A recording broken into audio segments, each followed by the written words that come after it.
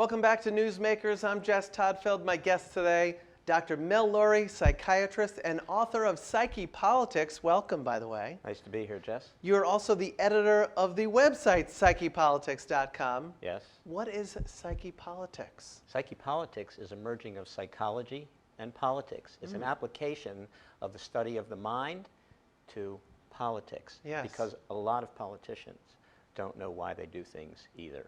So here you are, you're a psychiatrist, and what happened? What was the moment? Were you watching cable news and you said, wait a second, there needs to be this blending? What happened? Well, I'd always been interested in politics. Wouldn't everybody be? I mean, the political world controls our lives fundamentally.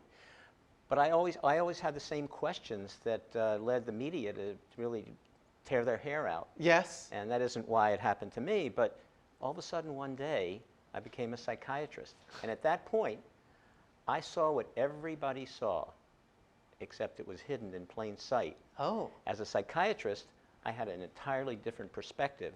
I could see much more of what was happening, and in fact, what the politicians didn't even see themselves. Give us an example of something that was hidden in plain sight, where your light bulb started going off. Well, I think one goes pretty far back, actually, Jess. Yeah. It was the 1976 Jimmy Carter election. Yes. In that election, Jimmy Carter was up against 8 very popular, very powerful Democratic politicians. Yeah. In any case, Jimmy Carter came out with a different message. He kept saying, the American people are good people. Yeah. The American people are good people. Yeah. And I said, As a psychiatrist, you said, this is the summer before I started psychiatric training. yeah. Oh. I said, what is this guy about? Okay, we're good people, but what does this all mean? Who cares? I mean, why is that a point? Right. Well, Jimmy Carter won the race, so I guess he had an idea. Yeah. And then I became a psychiatrist. It really started to become very clear to me, and the rest is my history. So are you saying that some of these politicians know what they're doing and sometimes don't know what they're doing psychology-wise, meaning using this to win elections? Well, as a matter of fact, Jimmy Carter did have a psychiatrist in his camp. Ah. I presume that's where this came from. I'm not sure. Right. Anything on President Obama that you can add in terms of your clinical overview of what you found? Anything that you've noticed? Well, I think Obama over-identifies with the parent role. Yeah? This is something that leaders usually drift into, whether it be a school teacher or, in fact, a president. Yeah. And so what's happened with Obama is his presidential parental perspective has focused on the helpless/infant. Yes. And left the middle kids, or the middle class, pretty angry. That's pretty interesting. How about George W. Bush?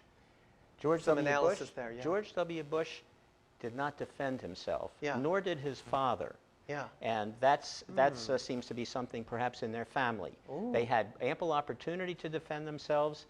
Things wouldn't have gotten so bad had they tried, because there are always positives to their positions, even though they were getting pummeled in the press. Wow. Politics on the couch.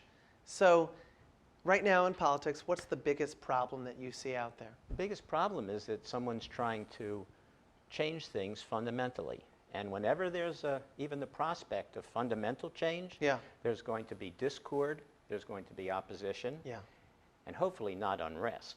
Right. That's the biggest problem politically I see right now. And there are 3 things that you say that we can learn from Psyche Politics. Please let us know, people watching right now. Sure. Well, one of the things we can learn is how it became that the government is acting like the Titanic, heading for the Tea Party tip of the middle-class iceberg. Wow. Yes. Another really is how politicians and voters manage fear. Mm-hmm. Now, usually they use denial.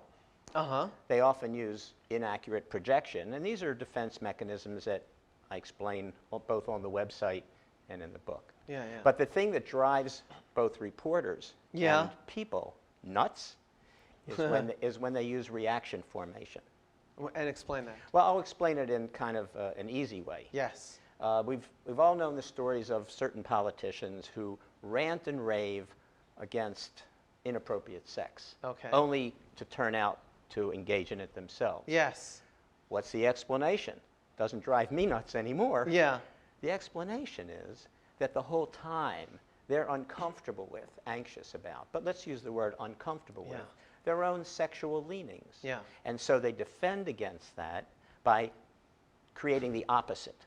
Right. So instead of Congressman Foley focusing on the pages, he says we should never have inappropriate sex. We should always stay away from inappropriate sex, pornography. I'm not sure the whole gamut. Right, right. Until something happened in his life, it's not clear what, that made that anxiety, that uncomfortableness so strong that he was no longer able to defend against it. At that point, he acted out. You might have heard that term before. Sure. He acted out these sexual desires, and he became history. I love this whole unique angle on politics. So what was your goal when you decided to write Psyche-Politics? Well, I was driven by this idea of fundamental change, because anytime there's fundamental change in the status quo, then the system of political analysis needs a change in its status quo. Yeah.